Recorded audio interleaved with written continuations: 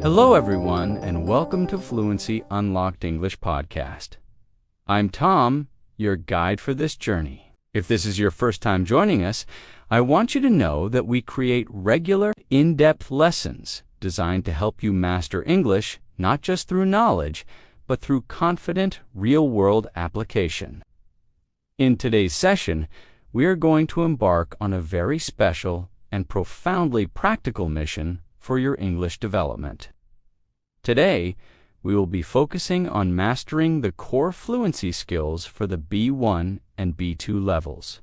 You and I will work together to refine your ability to understand faster speech, articulate complex ideas, navigate nuanced conversations, and speak with a newfound sense of automaticity. By the end of this session, you will feel more capable discussing abstract topics, debating viewpoints, narrating detailed stories, and interacting with spontaneity. So, please stay with me. Listen intently and shadow my voice when I invite you to speak. This is your dedicated fluency workshop. Before we begin, make sure to subscribe and turn on notifications so you never miss a deep dive session like this one. Now, take a deep breath, settle in, and let's unlock your fluency together. Picture this scenario. You are in a discussion, perhaps in a meeting or a social gathering, and the topic turns to something like future technology or environmental solutions. You have thoughts, good thoughts, but forming them into coherent, flowing English under pressure feels daunting. The words are there, but the elegant sentence structures and linking phrases escape you in the moment.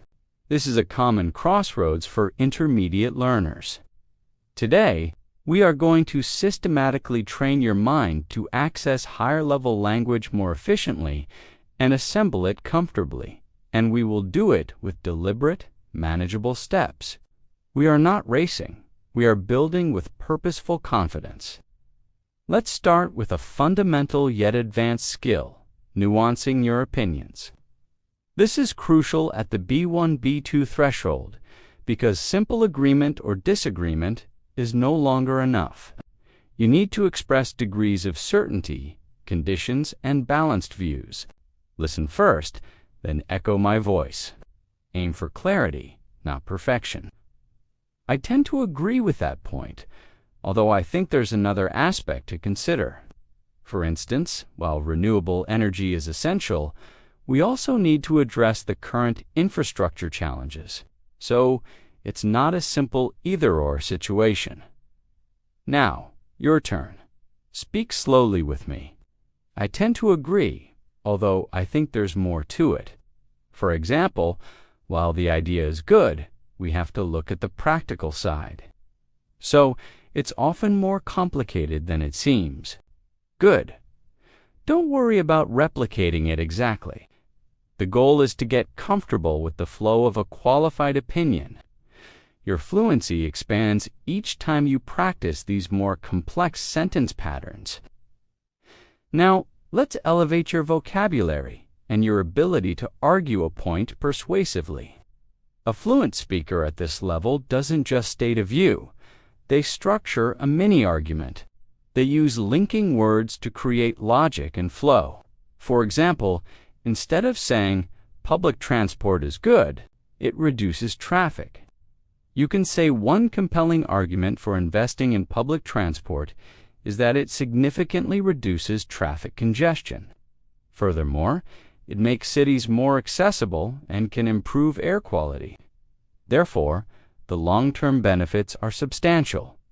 Adding these connectors, one argument is, furthermore, therefore shows rhetorical control. It shows sophistication. Let's try one. Judy builds a small argument for a simple topic, like reading books. Use this skeleton. One clear advantage is, moreover, as a result. Good. You're already operating at a higher level. Now, let's move into the realm of hypotheticals and speculation. This is a key B to skill talking about what might happen, what you would do, or what could be possible. It requires specific grammar. But let's focus on the thinking and speaking pattern first, because advanced English isn't just about reporting the real, it's about exploring the possible. For example, instead of only discussing your real job, you can speculate. If I were to change careers, I might consider something in digital marketing. I imagine it would be fast-paced and creative. I'd probably need to take some courses first, but it could be a fascinating field.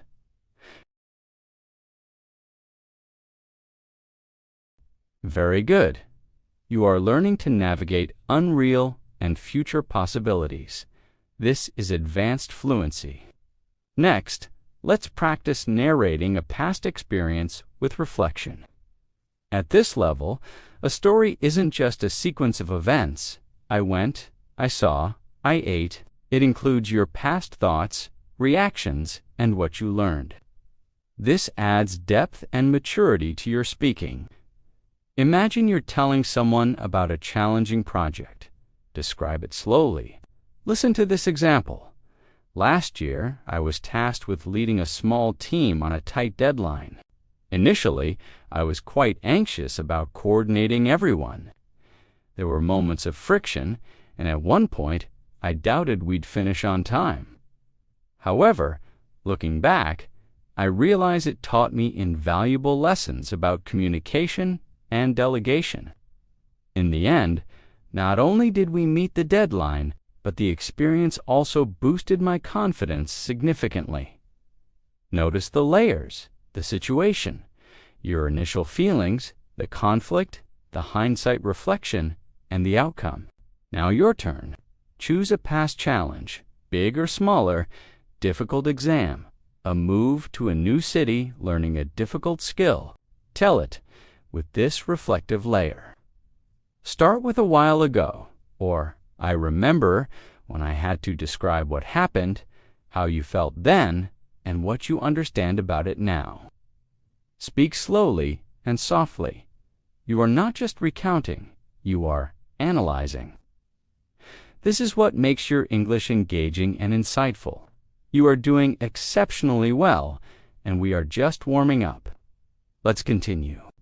When you narrate with reflection or argue with structure, you are not just using advanced vocabulary. You are demonstrating a more complex mode of thought. And when you express these complex thoughts with clarity and calm, people recognize you as a proficient speaker. Many learners think B2 fluency is about using fancy words, but true fluency at this stage is about complexity of ideas, clarity of structure, and flexibility in conversation. When you can pivot from a factual description to a hypothetical scenario to a qualified opinion, your English sounds naturally advanced. So now, let's intentionally develop your ability to handle follow-up questions and counterpoints. This is where real conversational agility lives. Think about the last time you expressed an opinion and someone asked, "But what about or? Have you considered?" As you remember, you are preparing your brain to think on its feet in English. Now listen to me model a short exchange, and then you will try your own. Person A, I believe remote work is the future for most industries. Person B, you. That's a valid perspective. However, don't you think it might lead to a sense of isolation for some employees? How would companies address the social and collaborative aspects of work? See how the response acknowledges the first point? That's a valid perspective. Before introducing a counter-consideration, however, don't you think? And then pushes the discussion forward with a question, how would? Now, I want you to practice this. I'll make a statement. You respond by acknowledging it, gently challenging it, or adding another layer, and then asking a related question. My statement: learning grammar is the most important part of mastering a language. Your turn. Build your response softly. You could start with, I see your point, and grammar is certainly foundational. But one could also argue that without immersion and practical conversation, grammar knowledge remains abstract. How do you balance structured learning with real-world practice? Good. Take your time. Let your voice be thoughtful. You are learning to engage in dialectical conversation, and that is powerful. Every exchange like this is progress. Now let's focus on summarizing and paraphrasing. This is a critical skill for active listening and showing comprehension. In academic, professional, or even deep social talks, being able to say so. If I understand correctly, you're saying that is a mark of a sophisticated communicator. To do this smoothly, we use phrases like, in other words, so what you're suggesting is, if I'm following you, the main takeaway is, let me show you. Original. The company is pivoting its strategy to focus more on customer experience rather than just product features. Paraphrase.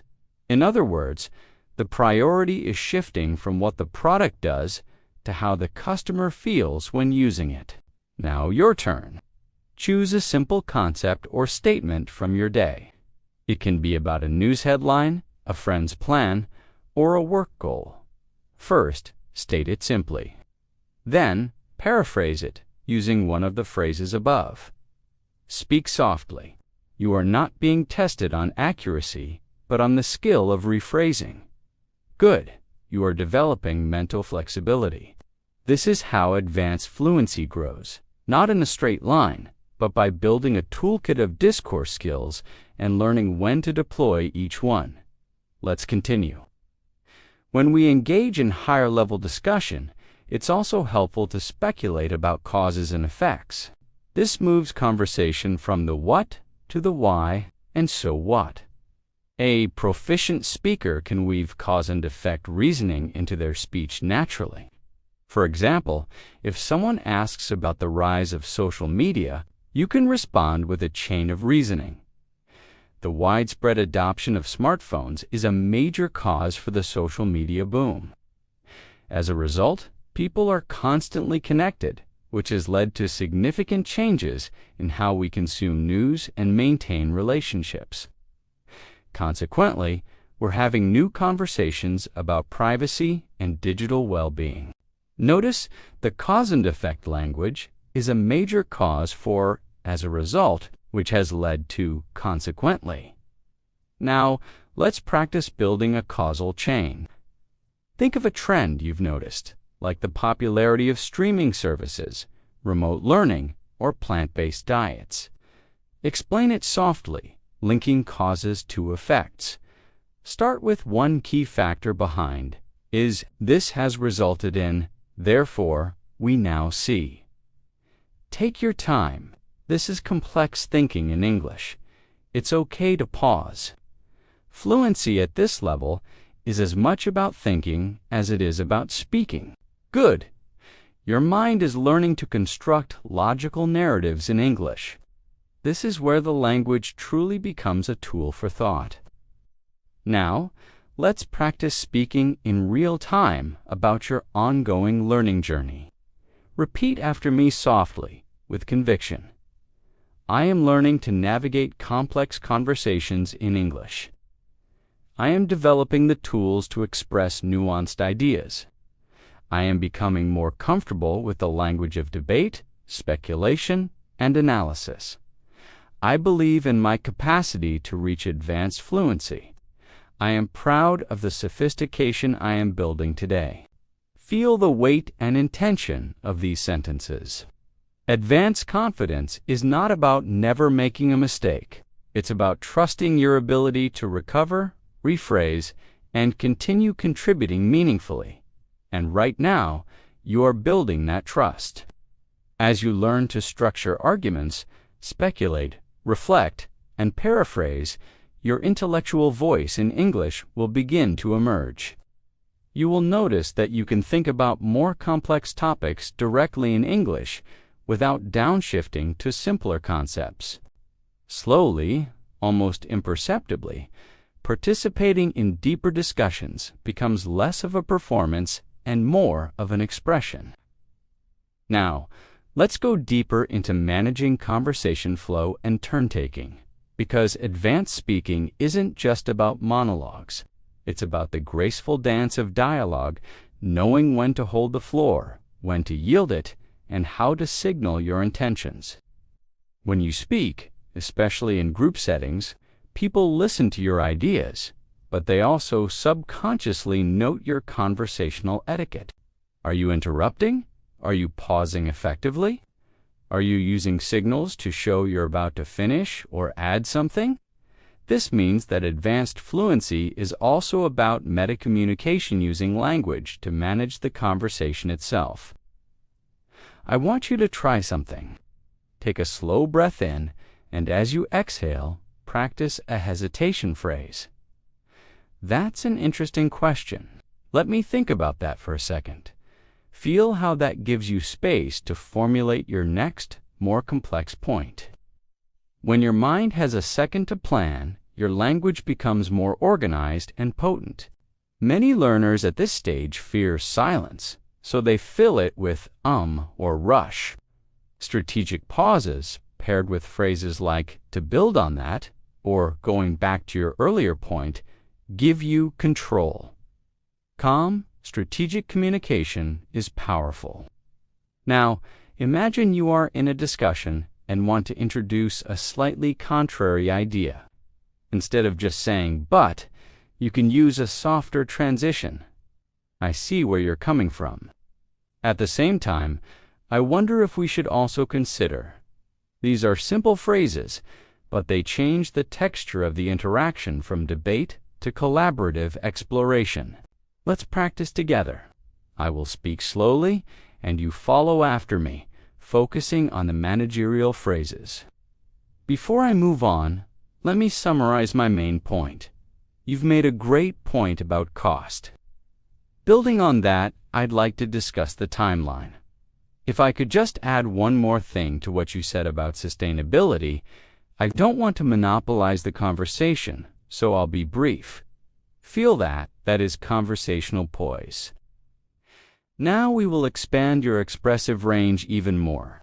At the B1, B2 level, using vivid analogy and metaphor can make your explanations memorable and impactful. It shows you can think abstractly and connect concepts across domains. For example, instead of saying learning a language is a long process, you might say learning a language is like cultivating a garden. You plant the seeds of vocabulary, water them daily with practice, and patiently weed out mistakes. You won't see a forest overnight, but with consistent care, you'll eventually have a thriving ecosystem of expression. This kind of language is engaging and demonstrates deep conceptual understanding. Let's try creating a simple analogy. Think of a common process, like starting a new project, overcoming fear, or building a habit. Compare it to something else. Speak slowly. You might say, starting a new fitness routine is like launching a rocket. The initial effort, the launch, requires the most energy and motivation. But once you're in orbit, the habit is formed. It takes much less effort to keep moving. Don't worry if it feels imperfect. The act of trying to think in analogies stretches your creative language muscles. This is advanced fluency play. Now, let's practice describing processes and systems. This is common in professional and academic contexts. The key is to sequence steps logically and use clear signposting. Listen to me describe a process. The process typically begins with an initial assessment phase where we identify the core needs. Following that, we move into the design stage, which involves creating prototypes. Once the design is approved, we proceed to the development phase. Throughout this entire cycle, we maintain constant communication with the client to ensure alignment. Now, choose a process you know well: how to cook a dish, how a simple machine works, how a typical workday is structured. Describe it step by step, using phrases like "the first step is," "after that," "once X is complete," "the final stage involves," Speak softly, painting a clear picture of the system. This teaches your brain to organize information sequentially in English. Good. You are learning to be an explicable, not just a describer. Now, let's touch on a subtle but important skill: hedging and softening statements. In many cultures, directness is valued. In English, especially in professional or polite settings, we often hedge our statements to sound less absolute and more collaborative. For example, instead of a blunt "this plan won't work," you can say, "I have some reservations about this plan's feasibility in its current form. I'm concerned it might not account for the logistical constraints we discussed earlier." Or, instead of "you're wrong," try, "I see it a bit differently." From my perspective, the data could also be interpreted to suggest this isn't about being weak, it's about being strategically polite and opening a space for discussion. Practice this with me. Repeat softly. "It seems to me that we might need more information. I'm not entirely convinced that's the most effective approach. Perhaps we could explore an alternative solution." That's one way to look at it. Another possibility is, "Excellent. Your voice is gaining diplomatic texture. Now, take a slow breath, place a hand on your chest, feel the rise and fall." The more relaxed and intentional your body is, the more authority your advanced language carries. Learning at this level is not just an intellectual exercise. It's about embodying the calm, confident communicator you are becoming. You are doing profound work. One of the most sophisticated skills you can develop is the ability to synthesize information, to take two or more ideas or points and combine them into a new insight. This is the heart of critical thinking in a second language. For example, take a moment and think about two trends: the increase in remote work and the focus on mental health. Can you connect them? You might say softly, "If we combine the trend towards remote work with the growing focus on mental health, it suggests that future workplace policies will need to deliberately foster connection and prevent isolation, not just provide logistical flexibility." This synthesis creates value in a conversation. It shows you're not just receiving information, but processing and connecting it. Now, try a simple synthesis. Think of two common concepts: regular exercise and stress management. Speak a sentence that connects them into a single, insightful point. You could say, "When we link the practice of regular exercise with the goal of stress management, it becomes clear that physical activity isn't just about fitness.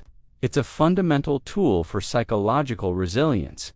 Let your words flow. Value the connection you're making. This is high-level fluency.